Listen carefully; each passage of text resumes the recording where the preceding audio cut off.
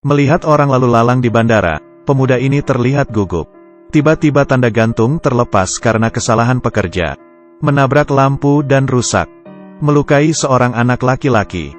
Melihat anaknya tidak sadarkan diri, ayah ibunya sangat cemas. Saat ini, seorang dokter pesawat datang dan membantu. Mengambil kain bersih dan membalut lukanya. Tapi anak itu masih kesulitan bernapas. Seorang remaja yang berada di sela-sela tiba-tiba membuka mulutnya. Mengatakan bahwa dokter itu akan menyakitinya bukan menyelamatkannya. Dokter berkata dengan geram, ini adalah teknik dasar menyelamatkan seseorang. Apakah saya tidak tahu di mana letak arteri karotis? Remaja tersebut mengatakan bahwa jika dia orang dewasa, maka itu tepat. Tapi arteri karotis anak itu masuk. Dari Anda menahan trakeanya.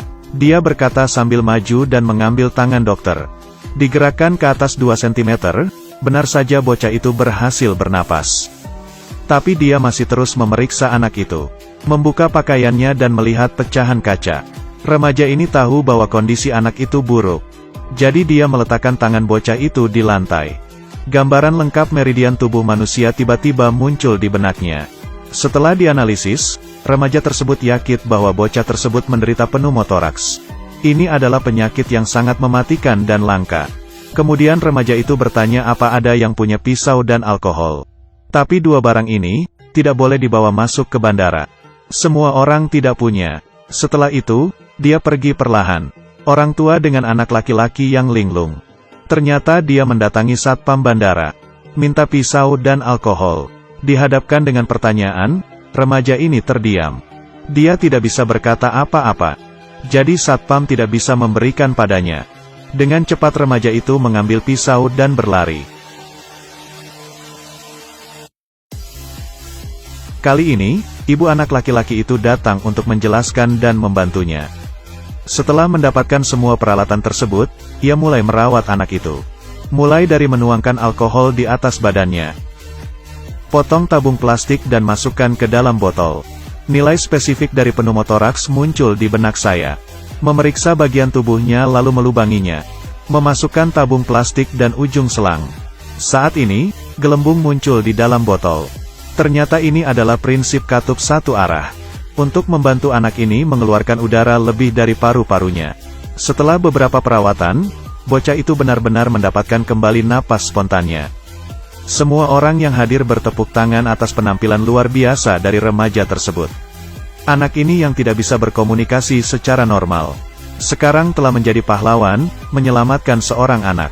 Seorang ahli bedah jenius dengan autisme. Seorang anak autis.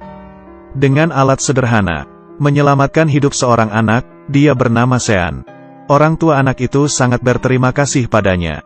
Ajak dia ke rumah sakit, Sean dengan senang hati menerimanya. Karena kesanalah dia akan pergi.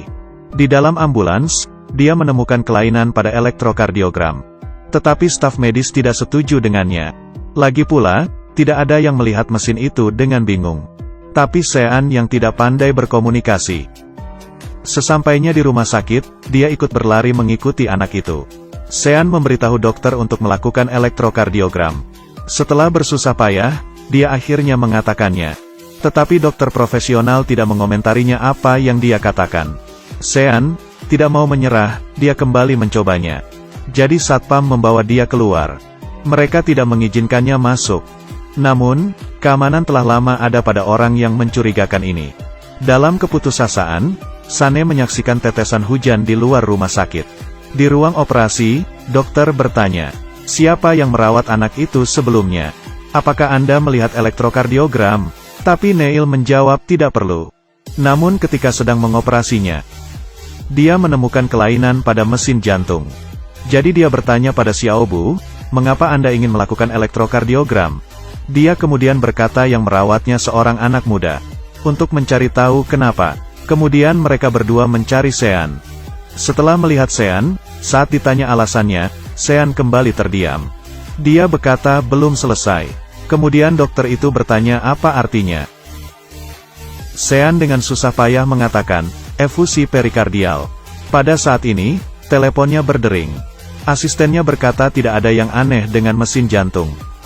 Dokter merasa kesal karena sudah membuang waktu. Dia pergi meninggalkan Sean. Sekarang tampilan tubuh manusia muncul lagi di benak Sean. Dia sangat yakin tubuh anak itu ada masalah. Dokter kecil itu mengajak Sean masuk ke ruang operasi. Ketika tiba di sana, gambar itu masih muncul di benak Sean. Tiba-tiba dia berkata itu ada di sana. Tapi para dokter melihatnya tidak ada yang aneh dan normal. Tapi dokter yang berpengalaman juga melihat hal yang aneh pada mesin itu. Jadi dia kembali melakukan pemeriksaan jantung internal. Benar saja, dia menemukan serpihan kaca sebesar semut. Dokter yang sudah lama bekerja ini melihat ke arah Sean. Ternyata apa yang dikatakannya memang benar. Sean bisa menganalisa jantung yang tidak normal. Mungkin karena Sean yang tidak normal berkomunikasi. Bocah autisme ini adalah seorang ahli bedah yang jenius. Pamannya adalah direktur rumah sakit ini. Dia ingin mengajak Sean bekerja di tempat ini. Tapi setelah para dokter mendengarnya, mereka berkata bahwa Sean adalah seorang autisme, tidak pantas menjadi dokter. Lagi pula siapa yang akan memberikan hidupnya pada remaja autisme ini? Pada saat ini, asisten masuk ke dalam. Ia berkata bahwa mereka harus membaca berita. Kemudian mereka mengeluarkan handphone dan membacanya. Di dalamnya ada video bagaimana Sean menyelamatkan anak itu. Dalam beberapa jam, jutaan orang menontonnya. Selama perawatan, mereka berkata bahwa Sean adalah salah satu dokter di RS ini. Dalam keadaan darurat, tidak tahu harus berbuat apa. Meskipun Sean membuat RS ini terkenal, tapi para dokter masih belum bisa menerimanya. Jika mereka tidak setuju, reputasi RS ini bisa menjadi buruk. Setelah mempertimbangkan, akhirnya mereka memutuskan untuk mengadakan acara untuknya. Sean dengan cemas berdiri. Menghadapi banyak orang, membuatnya tidak nyaman. Dia ingat masa lalunya. Sejak kecil, Sean dibully teman-temannya. Dikeluarkan dari sekolah karena autis. Di rumah dia juga dipukuli ayahnya. Tetapi dia punya seorang adik laki-laki. Adik ini yang selalu melindunginya ketika dibully. Dia melawan teman-temannya, membuat hatinya merasa aman dan hangat. Dia juga melindunginya dari ayahnya. Pada suatu hari, mereka bersembunyi. Karena tidak hati-hati dia terjatuh. Jika dia tahu medis pada saat itu, dia pasti bisa menyelamatkan nyawa adiknya. Maka sejak saat itu dia ingin menjadi dokter. Dia menyimpan pisau bedah yang diberikan adiknya. Karena adiknya berkata padanya, "Kamu sangat pandai, kamu bisa melakukan apapun. Aku bangga padamu, Sean." Episode pertama Good Doctor sudah berakhir.